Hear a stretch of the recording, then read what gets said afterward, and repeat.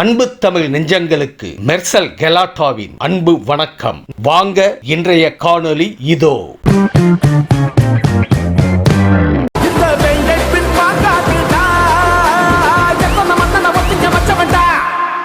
நான் தன்னந்தனியாளு நீயால நம்ம பாரு கொஞ்சம் நவந்தாண்டா இங்க எட்டு கோடி பேரு நிரல போது ஸ்டேட்டு எங்க விசில் சத்தம் கேட்டு நல்லா வந்தா பாட நீ விசில் கடி ஓட்டு.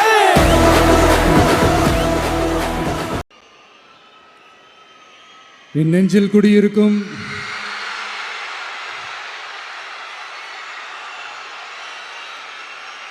கரூர் சொந்தங்கள், உங்கள் அனைவருக்கும் என்னுடைய வணக்கம்.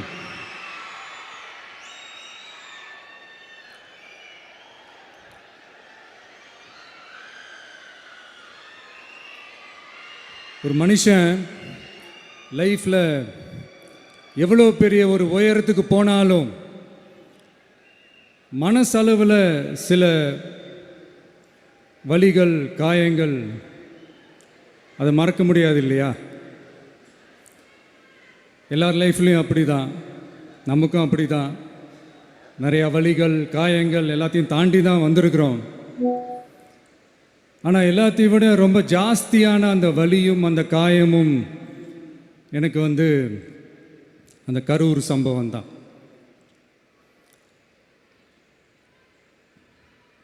மக்களை சந்திக்கணும், மக்கள் பிரச்சனைகளை எடுத்து பேசணும். அதுக்காக தான் அந்த மக்கள் சந்திப்பு பயணத்தை தொடங்கி திருச்சி, அரியலூர், நாகப்பட்டினம், திருவாரூர், நாமக்கல், கரூர் அப்படின்னு சொல்லிட்டு போயிட்டுருந்தோம். அரியலூரில் அந்த மீட்டிங் முடிச்சுட்டு பெரம்பலூர் போகிறதுக்கு முன்னாடி அந்த பெரம்பலூர் போலீஸ் எங்களை அலர்ட் பண்ணாங்க. சரிங்க, கூட்டம் கொஞ்சம் ஜாஸ்தியாக இருக்குது, லேட் ஆகிடுச்சு, வராதிங்க அப்படின்ட்டு. So we had no choice. Police சொன்னால் நம்ம அதை ஒபே பண்ணி தானே ஆகணும். அதே நேரத்தில் பெரம்பலூர் மக்களோட அந்த சேஃப்டியும் மைண்டில் எடுத்துக்கிட்டு ஒரு மன வலியோடவே திரும்ப போயிட்டோம். அதுக்கப்புறம் பெரம்பலூர் தொகுதி மக்களுக்கு மன்னிப்பும் கேட்டோம். அதே மாதிரி நாமக்கல் அந்த மீட்டிங் முடிச்சுட்டு கரூர் வரும்போது அந்த கரூர் போலீஸ் எங்களை அலர்ட் பண்ணியிருக்கலாம்ல.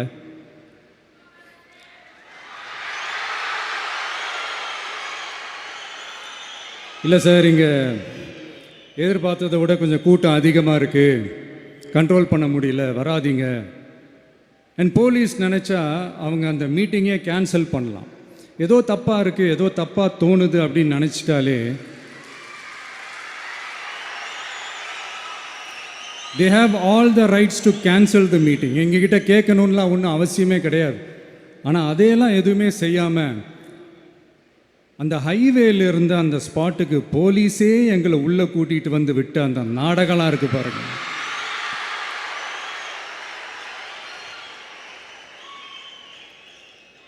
நம்பிட்டேங்க, முழுசாக நம்பிட்டேன்.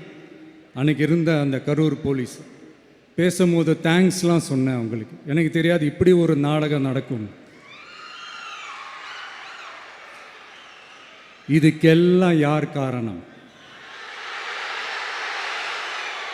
இதெல்லாம் யார் சொல்லி செஞ்சது? இப்படி பண்ணுங்க, அப்படி பண்ணுங்க, சப்போஸ் அப்படி நடந்தா இப்படி பண்ணுங்க, சப்போஸ் இப்படி நடந்தா இந்த மாதிரி இன்ஸ்ட்ரக்ஷன்ஸ்லாம் கொடுத்து அந்த ப்ரெஷர் போடுறது யார்?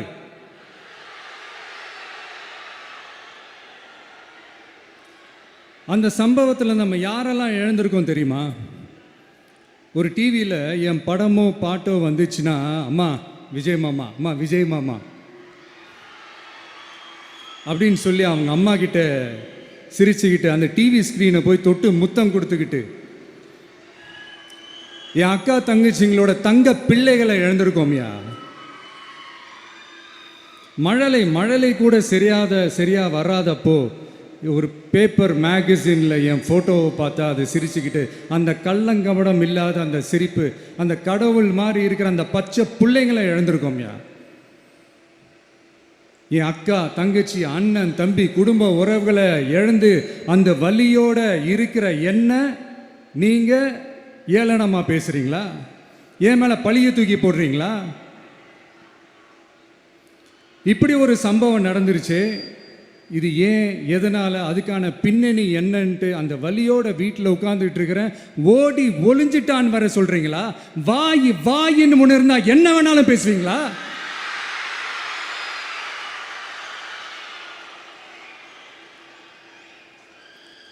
மக்களே, நான் உங்களையே கேட்குறேன், அன்றைக்கி அத்தனை க்ரௌடு இருந்துச்சு, அந்த க்ரௌடுக்கு தகுந்த மாதிரி போலீஸ் பாதுகாப்பு கொடுத்தாங்களா? இந்த இடத்தை எடுத்துக்க சொல்லி நாங்கள் தான் சொன்னோம்னு ஒரு போலீஸ் ஆஃபீஸர் பேட்டி கொடுக்குறாரு, அதுக்கு என்ன அர்த்தம்? இவ்வளோ வலி, இவ்வளோ காயங்கள் கொடுத்துட்டு பழியை தூக்கி நம்ம மேலே போட்டுட்டு அதில் ஒரு அரசியல் ஆதாயம் தேடுறீங்களேயா? இதில் வாய் கூசாமல் சட்டசபையில் ஸ்டாலின் சார் நம்ம மேலே திருப்பி விட்டு அங்கே ஒரு அரசியல் செய்கிறாரு, அதுக்கு என்ன அர்த்தம்? நமக்காக வந்திருக்கிற மக்களை காக்க வைக்கிறதுக்கு நான் ஒன்றும் ஆதாயம் தேடுற அரசியல்வாதியெல்லாம் கிடையாது. மக்களுக்காக அரசியலுக்கு வந்தவன் இந்த விஜய். எனக்காக எல்லாமும் கொடுத்த என் மக்களுக்காக எல்லாத்தையும் விட்டுட்டு மக்களுக்காக மட்டுமே அரசியலுக்கு வந்தவன் இந்த விஜய். அவங்களுக்காக நன்றி கடன் செலுத்துறதுக்காக மட்டுமே அரசியலுக்கு வந்தவன் இந்த விஜய். உங்களுக்கு தான் இந்த விஜயை பற்றி நல்லா தெரியுமே. ஆனால் நம்ம எல்லாருக்குமே இத்தனை வலிகள், காயங்கள் கொடுத்தவங்களுக்கு இந்த 2026 தேர்தலில் தக்க பதிலடி கொடுத்துட்டீங்க. ஆனால் அது மட்டுமே பத்தாது மக்களே, அது மட்டுமே பத்தாது. காலகாலத்துக்கும் எழுந்திருக்கவே முடியாத அளவுக்கு நிரந்தரமான ஒரு பதிலடியை நீங்க கொடுத்துக்கிட்டே இருக்கணும்.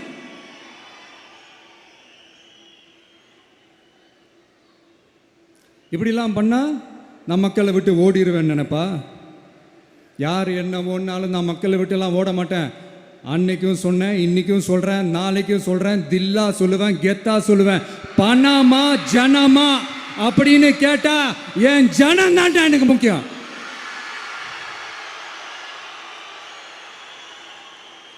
மக்களே, உங்களை விட எனக்கு இந்த காசு பணம் முக்கியமா என்ன? இவ்வளோ குறைகள் நம்ம மேலே சொல்கிறாங்களே, இப்போ நான் சொன்ன மாதிரி அவங்களால ஓப்பனாக சொல்ல முடியுமா? அந்த தில்லு இருக்கா, திராணி இருக்கா? ஒரு கிடையாது. ஆனால் நம்ம மக்கள் அமைச்சு கொடுத்த நம்ம அரசை குறைகள் மட்டும் டிசைனாக, மாடலாக குறைகள் மட்டும் சொல்லுவாங்க. ஒவ்வொரு டிபார்ட்மெண்ட்லேயும் அந்த பார்ட்டி ஃபண்டு, அந்த கட்சி நிதின்ற பேரில் அடிக்கிற கொள்ளையெல்லாம் இந்த தீய சக்தியாக இருக்கட்டும், தீந்து போன சக்தியாக இருக்கட்டும், ரெண்டு பேரும் மாறி மாறி இதே தான் செஞ்சிட்டு இருக்கிறாங்க.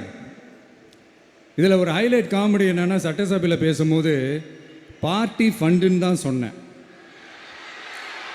அது எந்த பார்ட்டி, என்ன ஃபண்டு, யாரு, என்ன பேர், எதுவுமே சொல்ல.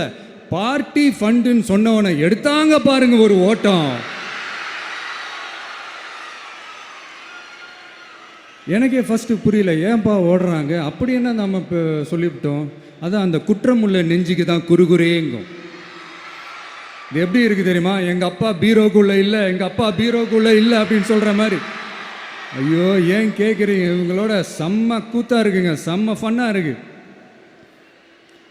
சென்னையில் ஒரு பாலம் கட்டுறதுக்காக நார்மலாக ஆகிற செலவை விட அதிக செலவில், கிட்டத்தட்ட டபுள் மடங்கு செலவில் ஒரு டெண்டர் ஒன்று விட்டுருக்குறாங்க. அதையெல்லாம் தோண்டி எடுத்து அதெல்லாம் இப்போது கண்டுபிடிச்சி கேன்சல் பண்ணியிருக்கிறோம். இன்னும் எத்தனை கோடி ஊழல், எத்தனை லட்சம் குடல் தோண்ட வருமோ எங்களுக்கே தெரில. ஒவ்வொரு முகமுடியாக கிழியுது. ஐயோ, இந்த விஜய் ஒவ்வொரு கதையாக எடுத்து வெளியில் விட்டுருவான் போலேன்ட்டு திரும்புகிற பக்கம்லாம் கதறல் கதறல் கதறல், காதலேருந்து ரத்தம் வராத குறை. ஆமாம், இப்படி ஊழல்லே ஊறி போனவங்க இப்படி தான் இருப்பாங்க. இந்த 50-55 நாட்களில் அங்கே செஞ்ச சில விஷயங்கள்லாம் சட்டசபையிலே எடுத்து சொன்னேன். பட் இங்கே ஒரு சில விஷயங்கள் சொல்லணும்னு நினைக்கிறேன்.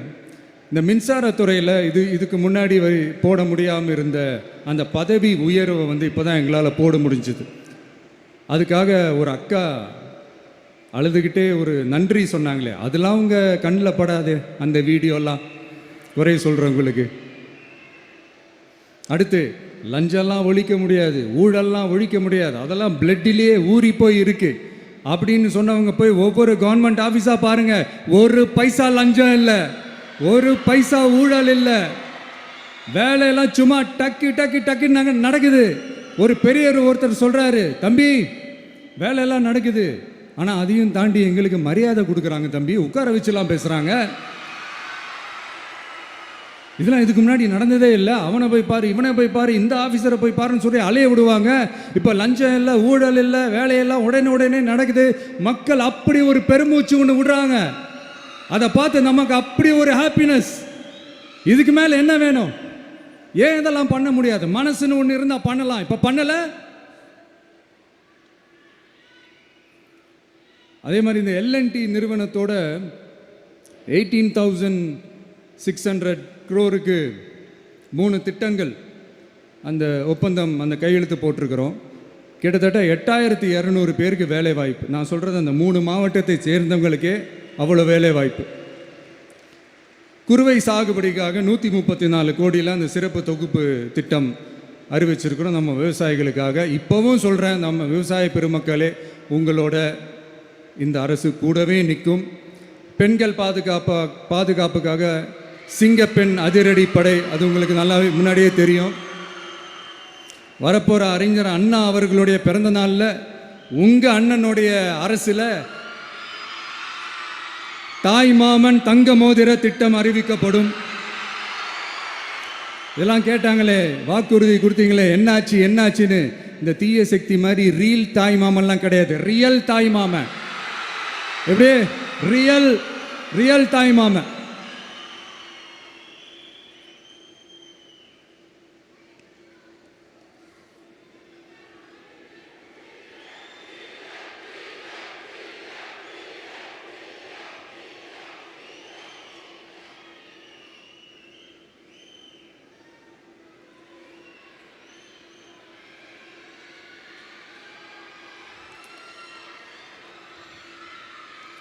இந்த தீய சக்தியை பற்றி, அவங்க நிர்வாகத்தை பற்றி ஒரு வெள்ளை அறிக்கை ஒன்று வெளியிட்டோம்ல, அது ஷார்ட் அண்ட் ஸ்வீட்டாக சொல்லணுன்னா, ஒரு ஓட்டை பாத்திரத்துக்குள்ளே தண்ணி ஊற்றிக்கிட்டே இருந்திருக்கிறாங்க.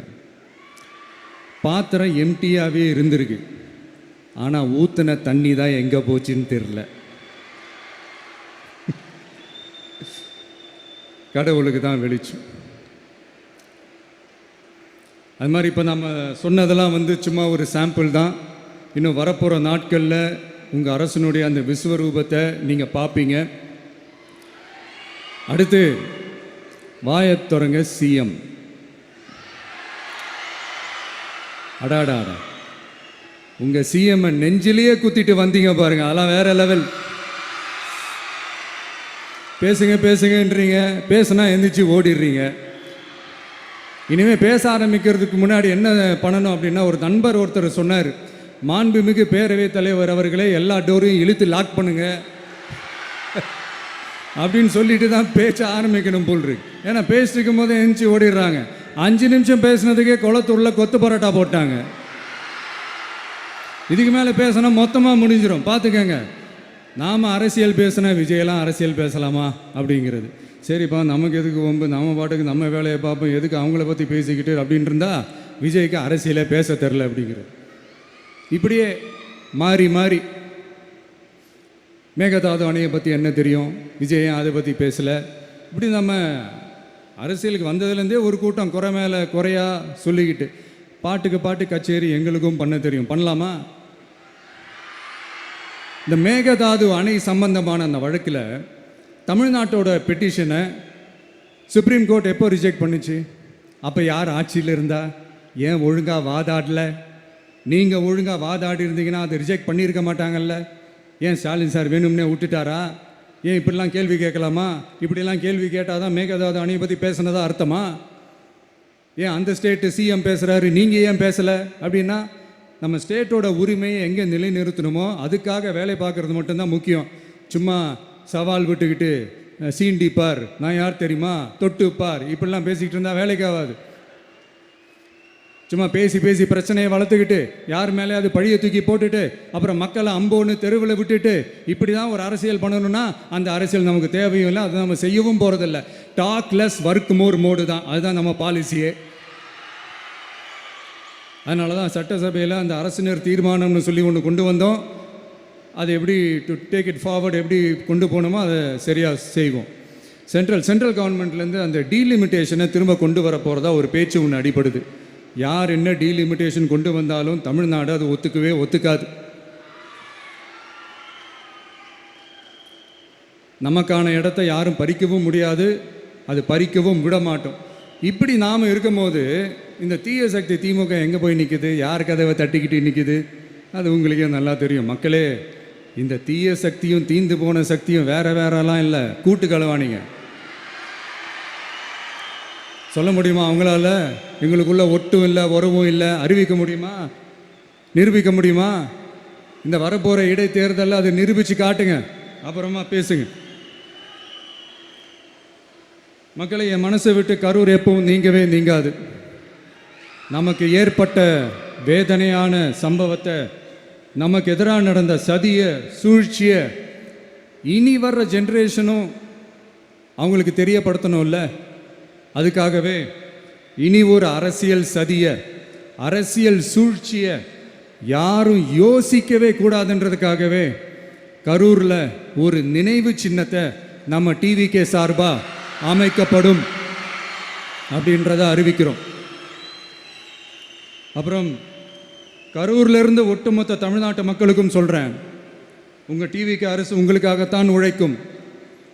அடிப்படை வசதிகளை முதல்ல நிறைவேற்றணும். ஒரு பக்கம் நிதி நிலைமையை சரி செஞ்சுக்கிட்டே, இன்னொரு பக்கம் அப்படியே நாம் சொன்னதில் ப்ரையாரிட்டி பார்த்து ஒவ்வொன்றா படிப்படியாக நிறைவேற்ற ட்ரை பண்ணுவோம். இது எப்பவும் உங்களுக்கான அரசாக தான் இருக்கும். இந்த விஜய் உங்கள் விஜயாக தான் இருப்பான். நீங்கள் உரிமையோட உங்கள் கவர்மெண்ட்டை நீங்கள் அணுகலாம்.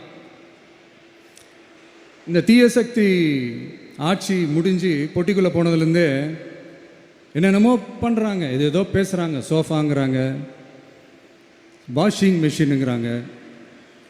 இந்த அரசியல் வியாபாரம் பண்ணுறதுக்கான அந்த வெண்டிங் மெஷினே அவங்க தான். யார்? இந்த திமுக. இதில் நம்மளை பார்த்து வாஷிங் மிஷினுங்கிறாங்க. எலெக்ஷனில் ஓட்டுக்கு காசு கொடுக்குற அந்த கலாச்சாரத்தையும் அந்த கல்ச்சரை அடித்து நொறுக்கி இருக்கிறோம். எலெக்ஷன்லேயே அப்படி வேலை பார்த்தோம். நமக்கு எதுக்கு இந்த குதிரை, கழுதை, ஒட்டக பேரெல்லாம்? மக்களின் பக்கம்.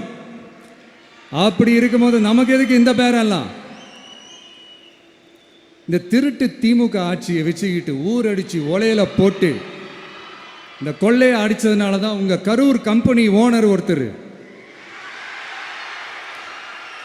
எங்கே இருக்காருன்னே தெரியாமல் ஓட்டு வராம் பாரு வேட்டக்காரன் ஓடினே இருக்கிறாரு. இன்னொருத்தர் ஃபாரின்ல போய் ஒளிஞ்சுக்கிட்டார். ஃபாரின் ஸ்டாலின் சார்ன்னு நினச்சிட போறீங்க. அவர் இல்லை.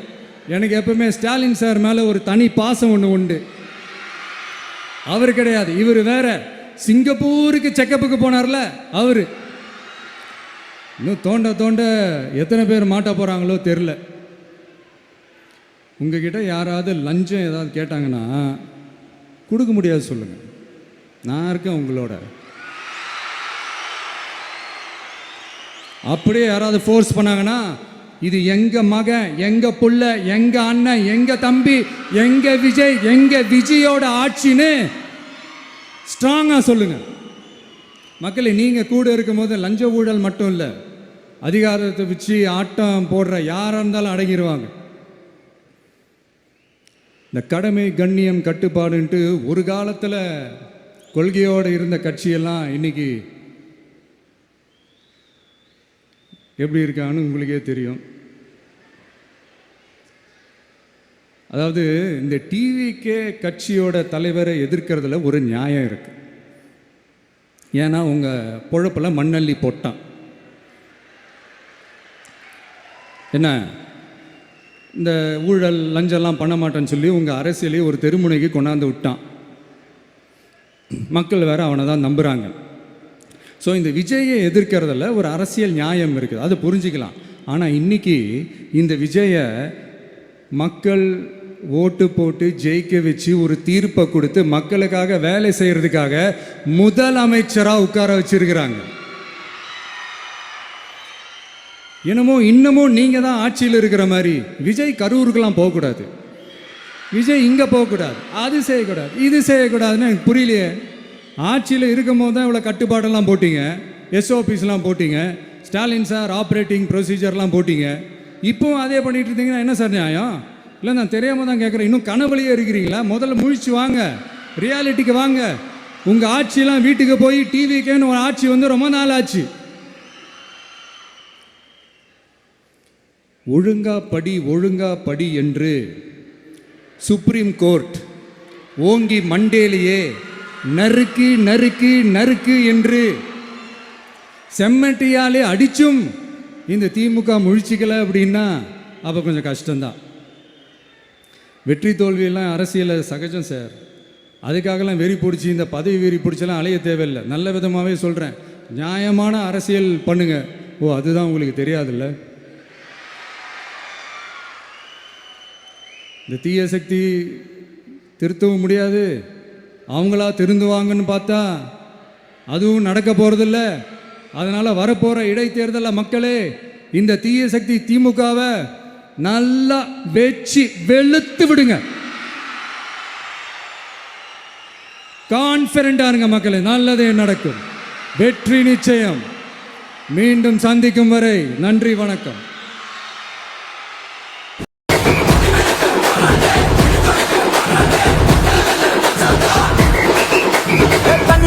படிச்சு வரான், விசில் ஒண்ணு அடிச்சு வரான், தடைய வச்சா உடச்சு வரான் தளபதி. தப்பு நடந்தா உருமுச்சுனா, வெற்றி அடைஞ்சா ஒலிக்குச்சுனா, தளபதிக்கே பிறந்த சின்ன விசிலடி. பணத்தை சேர்க்கும் இந்த அரசியலை தேடி சனத்தை காக்கும் ஒரு தலைவன் வரானே. காசை வாங்கி ஒன்ன விட்டுடாம வாணி, ஆசைப்பட்ட தமிழ் நாட்டை தரானே. தமிழ் மூங்காமட்டே பிடி மூங்காதுடா, இப்ப வெங்கை பின் வாங்காதுடா. நான் தன்னந்தனியாளு, நீயால நம்ம பாரு. கொஞ்சம் நம்புந்தேன்னா நீங்க எட்டு கோடி பேரு.